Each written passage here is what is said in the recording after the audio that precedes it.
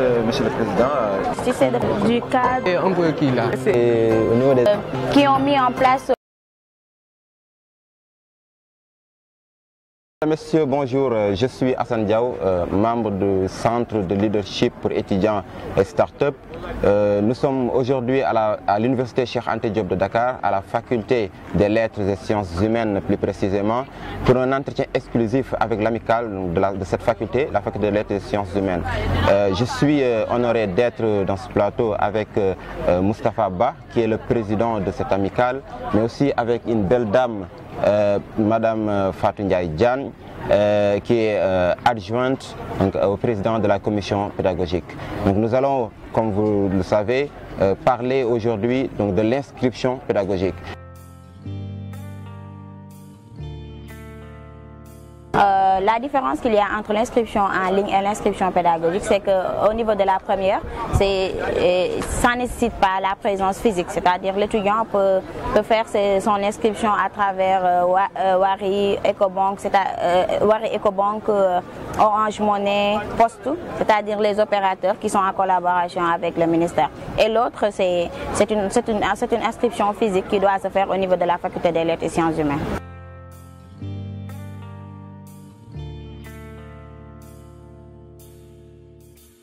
Normalement, les inscriptions devaient démarrer depuis hier, le 5, mais malheureusement, la DISI, la direction de l'information et des systèmes informatiques de l'ICAD, a tardé à envoyer ce qu'on appelle le consommable, qui obligatoirement doit faire partie de cette procédure des inscriptions, des nouveaux bacheliers surtout. Du coup, nous étions obligés avec l'administration de repousser les inscriptions jusqu'à une date ultérieure. Jusqu'à présent, là où je vous parle, aucune date n'a été donnée pour l'inscription des nouveaux bacheliers. Donc dès que ça sera fait, nous en tant qu'amicale, en collaboration avec l'administration également, on passera le message et on fera des communiqués pour informer les nouveaux bacheliers des démarrages des inscriptions pédagogiques.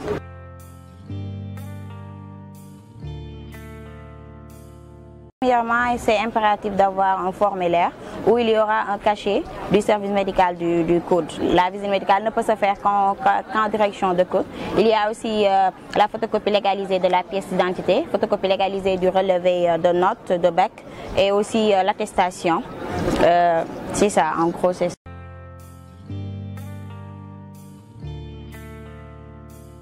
Le ministère de l'Enseignement supérieur, de la Recherche et de l'Innovation nous a envoyé pour l'instant provisoirement un nombre de 7688 nouveaux bacheliers répartis dans les 14 départements de la faculté des lettres et sciences humaines. La première chose au niveau de cette processus, c'est de faire, comme je l'ai dit tantôt, l'inscription en ligne. On doit faire l'inscription en ligne, s'acquitter d'une quittance de paiement. Et c'est cette quittance-là qui va tout simplement justifier que vous avez fait à préalable votre paiement au niveau des centres. Et après, il faut venir ici au niveau de la faculté, comme je l'ai dit, prendre cette formulaire-là et aller faire une visite médicale. Et juste, il y aura l'amicale et la faculté, l'administration qui seront là pour leur permettre de faire les inscriptions.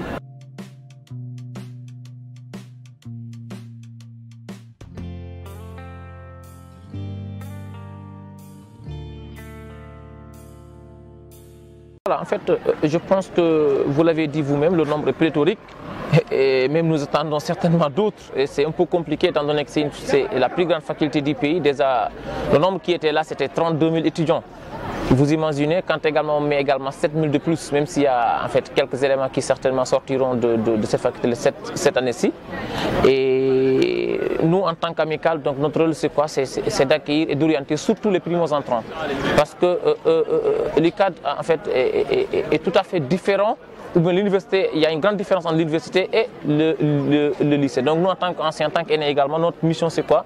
C'est de les accueillir, les encadrer et les mettre également dans de très bonnes conditions de réussite, les permettre vraiment de s'adapter. Les positions spéciales qui ont été prises par l'administration et par l'amicale, c'est les accueillir au niveau de la grande porte et également mettre à leur disposition la fiche d'inscription pédagogique de façon gratuite. Elle est là, elle est disponible. Nous, en tant qu'amicale, nous sommes organisés via la commission pédagogique pour les accueillir, les orienter et mettre à leur disposition tous les services de la faculté et également les orienter vers les autres services également qui en parallèle travaillent avec la faculté pour leurs inscriptions, à savoir donc la direction des coûts pour la visite médicale, mais également s'il y a également le fait de légaliser également les papiers, parce qu'il faut également qu'il y ait donc la photocopie des pièces d'identité légalisées et d'autres papiers comme l'attestation de notes, le levé de bac, tout ça. Pour légaliser, il faut en fait, ils peuvent directement aller au niveau de la direction des cours, au niveau de la police, donc mise à leur disposition pour légaliser ces papiers-là.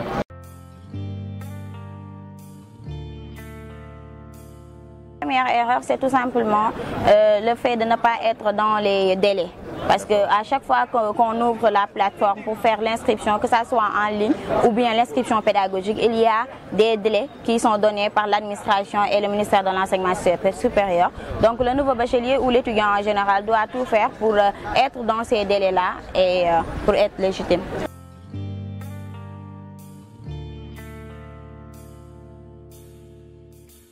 Vous savez, ça c'est une question importante pour nous, d'autant plus que depuis des années, la faculté n'avait pas une amicale.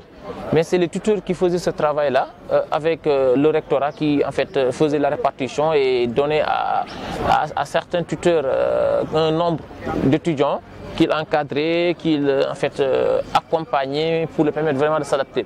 Cette année-ci, on n'a pas de tuteur, mais l'amicale également a très vite en fait pris les devants pour accueillir ces étudiants-là. Une fois qu'ils seront là, nous en tant qu'amicale, on va s'organiser pour vraiment les expliquer l'essentiel, les montrer également les endroits et tout ce qui est en rapport en fait rapport avec leur en fait environnement, également comment s'adapter par rapport à même si ça sera une mission très compliquée quand même pour nous, parce qu'il ne faut pas oublier que nous sommes 60 délégués tout simplement, 30 délégués titulaires et 30 délégués suppléants.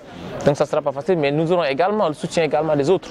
Parce qu'en fait là on appelle tout le monde, pas uniquement les membres ou bien les délégués de la faculté, mais même les autres qui ne sont pas délégués, mais qui vraiment en fait c'est des personnes de volonté qui peuvent venir nous accompagner, nous aider vraiment à encadrer et à assister ces nouveaux étudiants.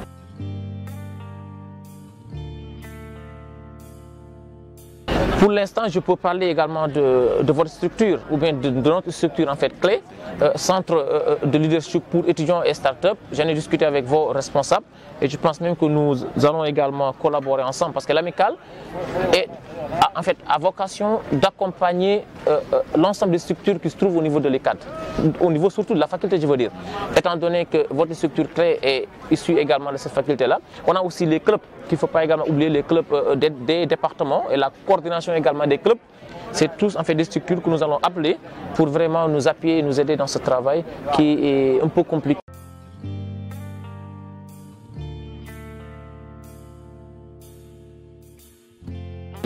Voilà, je terminerai par vous remercier, vous en tant que responsable.